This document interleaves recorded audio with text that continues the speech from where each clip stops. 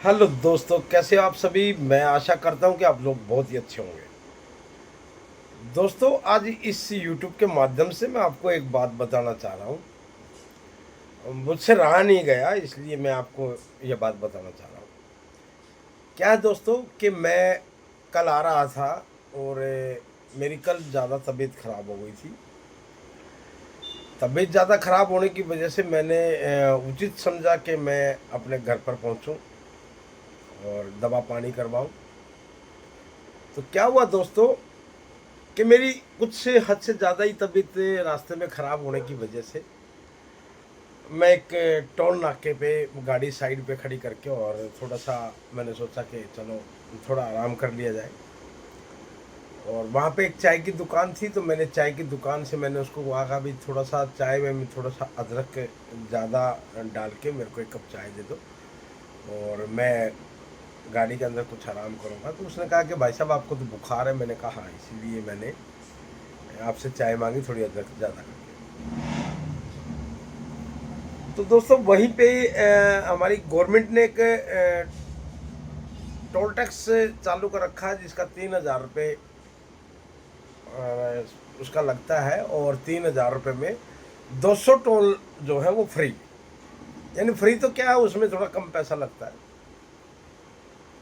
तो मैं ऐसे ही टोल नाके वाले से बातचीत करने लगा, तो वहाँ पे 4-5 आदमी और जो है इकट्ठे हो गए। ऐसे ही बातचीत चलती रही।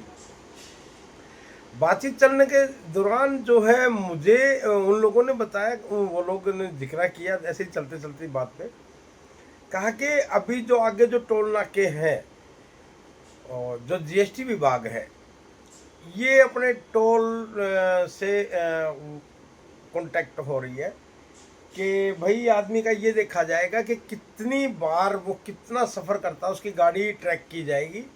और ट्रैक करने के बावजूद जो है उसका ये पता लगेगा कि ये बंदा कितनी बार कितनी जगह गया है और कितना इसने पेट्रोल खरीदा है। कितना इतना यानी कि गवर्नमेंट एस्टिमेट लगा लेगी, उसने इतने का पेट्रोल खरीदा है, इतने का डीजल खरीदा है, इतनी बार ये इस टोल नाके से निकला है या इस टोल नाके से निकला है। तो वो पूरा का पूरा जो है महीने वाले दिन उसका एस्टिमेट लगा के उस पर वो जीएसटी वो करेगी। अब एक बात बताइए, मैंने उनसे कहा भाई जो हम पेट्रोल खरीदते हैं उस पर हम जीएसटी पे करते हैं। तो एक बंदा बोला कि भाई जीएसटी नहीं लगती है पेट्रोल पे। मैंने कहा जीएसटी नहीं लगती तो फिर इतना महंगा कैसे है पेट्रोल। जीएसटी तो हर चीज़ पे लगती है। तो उसने बताया कि भाई ऐसा है, जीएसटी पे पेट्रोल नहीं है, लोग वैसे वो बना रहे हैं भाई पेट्रोल लगती है, तो पेट्रोल पे जीएसटी नहीं है हमारा। मैंने कहा ऐसा तो नहीं हो सकता। चलो कोई बात नहीं, मैं उसकी बात को मान गया भाई, चलो जीएसटी पे पेट्रोल पे जीएसटी नहीं है। तो उन्होंने बताया सभी ने कि भी आगे आने वाले टाइम में क्या होगा कि जीएसटी आपकी गाड़ी को ट्रैक करेगी। और ट्रैक करने में महीने में ये पता लगेगा कि हमारी गाड़ी कितना किलोमीटर चली है और कितना हमने पेट्रोल डीजल खरीदा है, उस पर हमने रास्ते में कितना लंबा हमने सफ़र तय किया है और उस सफ़र में कितना हमने खाया पिया है। वो सारी चीज़ वो जीएसटी विभाग ट्रैक करेगा।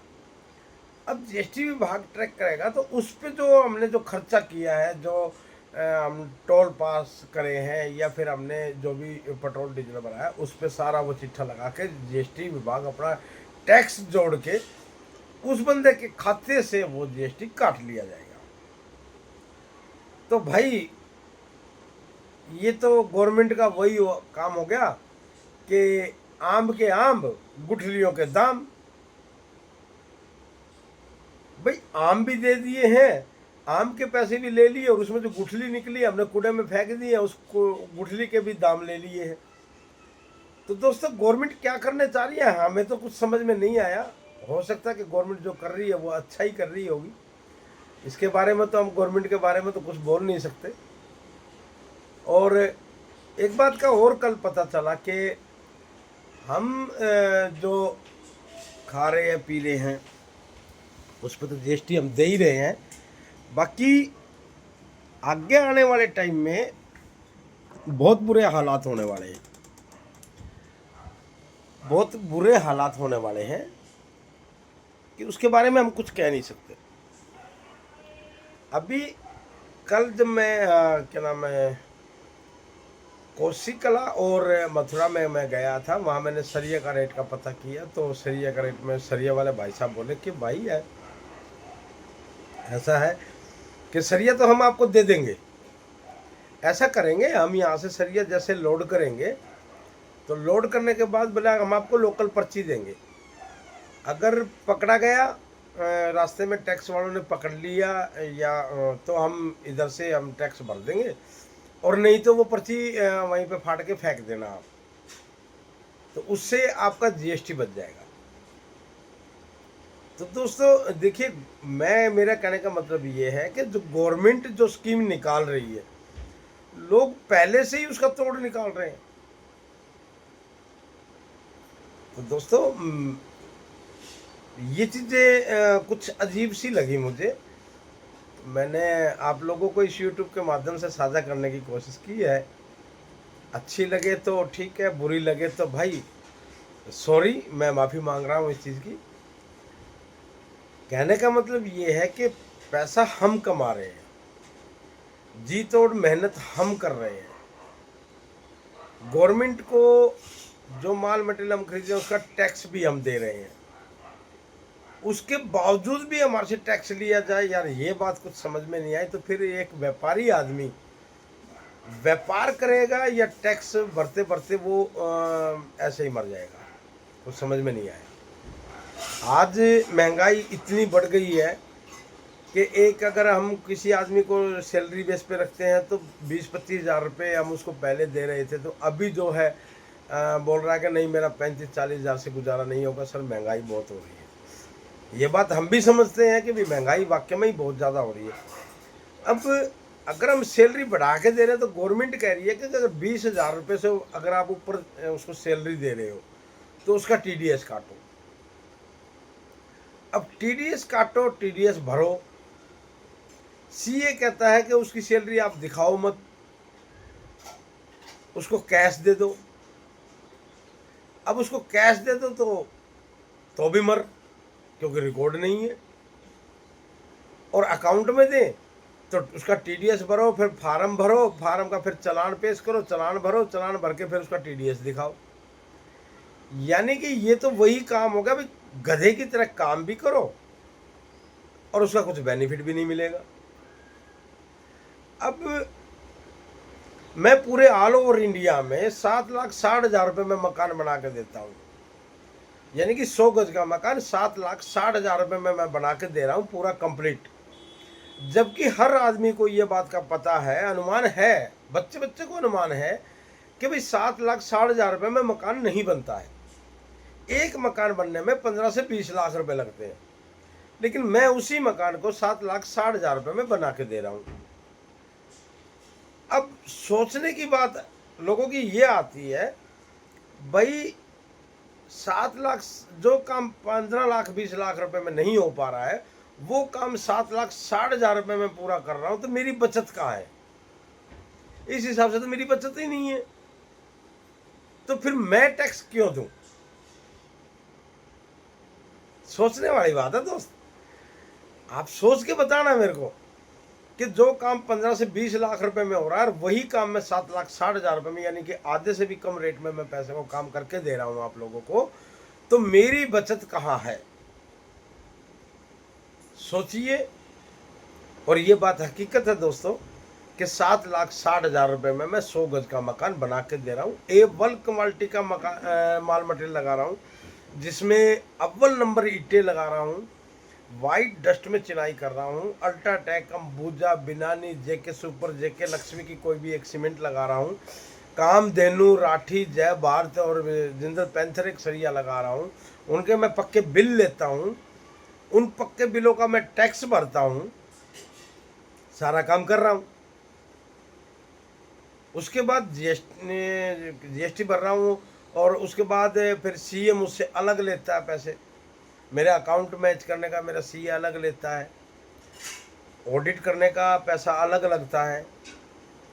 आज मजदूर भी जो 200 रुपये में काम कर रहे थे वो सीधे उन्होंने 50 रुपये बढ़ा दिए, लेबर भी बढ़ गई है। लेबर भी बढ़ गई है। तो ये चीज़ें देखते हुए तो मेरी तो इसमें कोई बचत ही नहीं आ रही। तो इसमें अगर गवर्नमेंट मेरे ऊपर टैक्स लगा तो फिर तो मेरे को टैक्स फ्री होना चाहिए, टैक्स फ्री होना चाहिए, लेकिन ऐसा नहीं है। तो दोस्तों आज ये वीडियो मैंने और टोल नाके पे जो मेरी बातचीत हुई उसके लिहाज में मेरे को तो टेंशन इतनी हो गई। मैं बोला गाड़ी को ट्रैक करेंगे जीएसटी विभाग, वो भी, और ये देखेगा, वो अनुमान लगाएगा महीने में कितनी गाड़ी चली है, इसके कितना इसका पेट्रोल लगा है, कितना उसने किया, क्या उसने पेट्रोल की पर्ची ली। तो दोस्तों आज से ही आप अपनी पेट्रोल की पर्ची लेना स्टार्ट कर दें, हकीकत कह रहा हूं। नहीं तो आगे आने वाले टाइम में आप जो पेट्रोल जीएसटी भर के आपने पेट्रोल डलवाया है, क्योंकि उन्होंने जीएसटी समेत ही आपको पेट्रोल दिया है, नहीं तो आगे आने वाले टाइम में वो जो टैक्स आप जो रोड पे गए हो, आए हो, जो आपने पेट्रोल डीजल खर्च किया है, उस पर जो जीएसटी देके आपने डीजल लिया है, वो पर्ची आपसे साल में, 2 साल में, 1.5 साल में आपसे पूछा जाएगा। फिर आप क्या करोगे? तो दोस्तों आज से ही अपनी पेट्रोल पंप से अपनी जो भी डीजल पेट्रोल भरवाओ उसकी पर्ची लेना शुरुआत कर दो, और उन पर्चियों को स्टॉक में रखो, अपने पास जमा रखो। जब भी आपके पास इसका जीएसटी का नोटिस आता है या किसी प्रकार का टैक्स का नोटिस आता है, तो उन पर्चियों को आप अपने सीए से मिला के वो जो जीएसटी आप भर के आपने पेट्रोल डलवाया है उसका आप रिटर्न लो। दोस्तों वीडियो अच्छी लगे तो लाइक करना ज़रूर, और ये वीडियो आगे से आगे शेयर करना, और हो सके तो हमारा चैनल लोगों से सब्सक्राइब जरूर कराएं। तो धन्यवाद दोस्तों।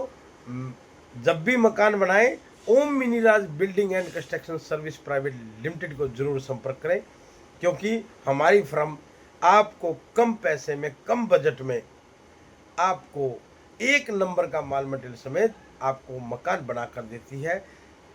हमारे यहाँ पे पूरा ब्रांडेड माल लगाया जाता है, जिसमें कजारिया की टाइल है, हावल्स की, आरआर की और खेतान की बिजली फिटिंग है, और पूरी की पूरी जो है जैकवार की बाथरूम फिटिंग है। मॉडर्न किचन बनाया जाता है 7,60,000 रुपये में।